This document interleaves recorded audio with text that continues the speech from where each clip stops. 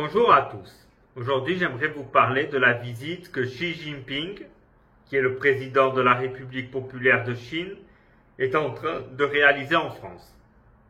Et j'aimerais ici débriefer un peu ce que j'ai pu constater à propos de cette visite.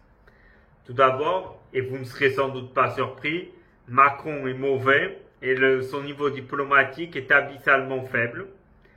Les erreurs que je vais vous énumérer maintenant vont vous le démontrer. Tout d'abord, qu'a-t-il fait? Pour recevoir Xi Jinping à l'aéroport, il a envoyé son laquais, Gabriel Attal, pour recevoir un chef d'État. Or, l'use et coutume est que lorsque un chef d'État vient visiter un pays, eh bien c'est le chef d'État de ce même pays, et souvent avec sa femme, qui va recevoir l'invité. Là, il a envoyé son laquais, ce qui est un peu un manque de respect et de considération envers la personne que l'on reçoit. Et c'est un peu le meilleur moyen de crisper la personne dès son arrivée, ce qui évidemment pour les réunions qui vont se poursuivre, vous imaginez bien que ce n'est pas ce qu'il y a de plus productif et efficace pour orienter le sens des conclusions de la réunion dans notre sens à nous. Ça, c'est déjà un premier facteur. L'autre erreur, qui n'est pas forcément inhérente à Macron, mais qui est inhérente à la conjoncture, est qu'en fait, il y a un vrai déséquilibre économique entre la Chine et la France. C'est-à-dire que la Chine est une superpuissance économique, militaire, industrielle. La France a une économie en berne, le militaire est en chute libre et l'industrie n'existe quasiment pas. Donc évidemment la Chine est en position de force pour s'imposer. La seule espérance que peut avoir le président de la République française est d'essayer de refourguer certains produits français pour les vendre en Chine. Or, comme la Chine aujourd'hui a commencé à investir dans les produits d'autres technologies, il faut savoir que récemment une entreprise chinoise a produit le moteur thermique le plus efficace au monde. C'est-à-dire ce ne sont pas des Allemands, ce sont des Chinois qui l'ont fait. Donc ils ont la haute technologie aujourd'hui. Qu'est-ce que la France peut espérer vendre à la Chine? En fait, pas grand-chose.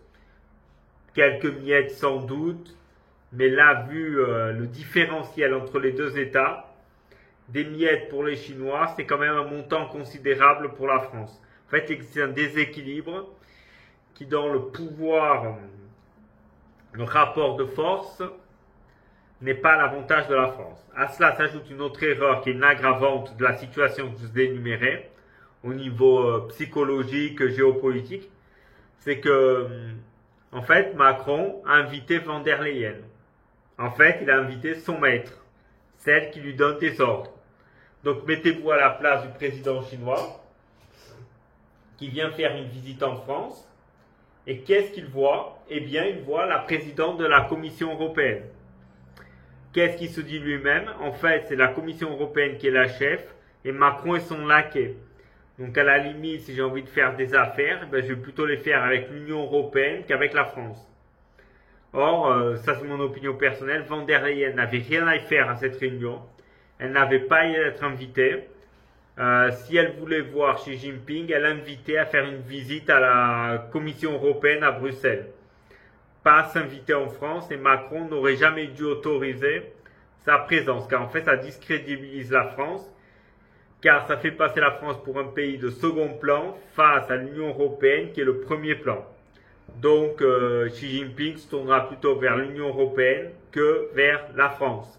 Surtout quand on sait que c'est l'Union européenne qui décide beaucoup de choses au sein de l'État et que donc le chef de l'État doit céder à l'Union européenne. Et donc, évidemment, le chef d'État étranger, il se dit quoi? Il se dit, comme ça, moi, je parle plutôt au chef. C'est un peu vous, si vous avez un business à faire avec une entreprise, vous préférez parler avec le CIO plutôt que de parler à un employé lambda, qui n'a aucun pouvoir décisionnaire.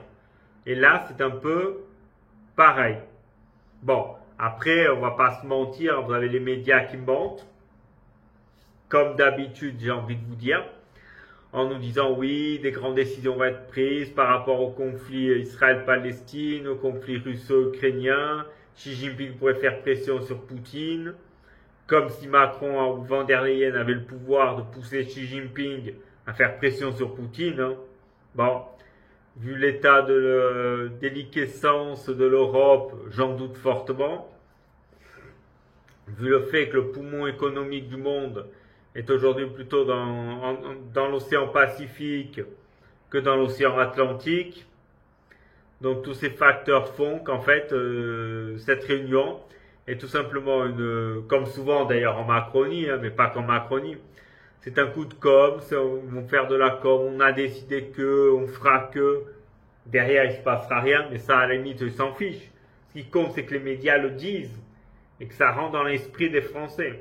Les Français n'iront pas ensuite vérifier si en effet cela a été fait ou pas. Ça, c'est quelque chose qu'il faut prendre toujours en ligne de compte.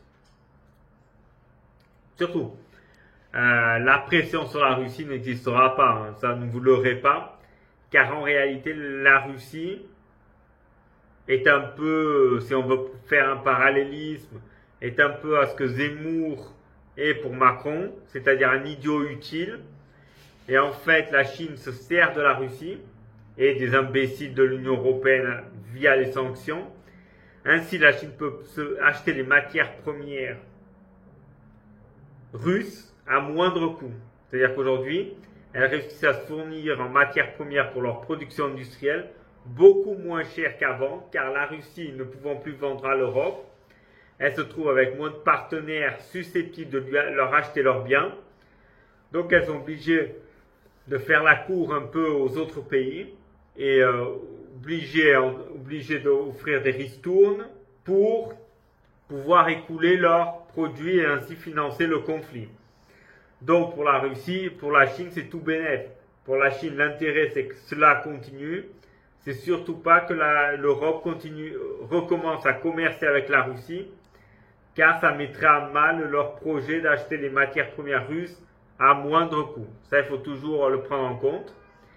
Il a ensuite commis évidemment une erreur diplomatique gravissime, mais qui est venue de Macron et compréhensible quand vous avez suspendu le corps diplomatique. Ne vous attendez pas à des miracles. Donc aujourd'hui, il n'est pas conseillé par des vrais diplomates de métier, il est conseillé par des séjournés qui n'y connaissent strictement rien. Il y a une règle qui est très simple en géopolitique, c'est un État n'a pas d'amis, n'a pas d'ennemis, il a juste des intérêts. C'est-à-dire qu'un État doit voir quels sont ses intérêts stratégiques, économiques et financiers et faire des partenariats ou pas en fonction de cela. Pas en fonction de l'idéologie, car l'idéologie n'a en réalité peu ou pas d'intérêt.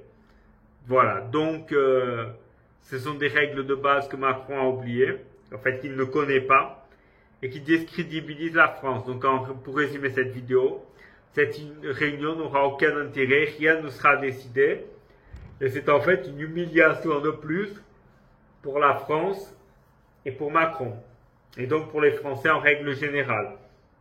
Donc j'imagine bien les moqueries qui vont être dites par Xi Jinping par rapport à la France et à Macron qui est le laquais de Van der Leyen. Donc c'est encore une situation désastreuse, une de plus en Macronie. En tout cas, je vous remercie d'avoir assisté à cette vidéo jusqu'à là et je vous dis à une prochaine.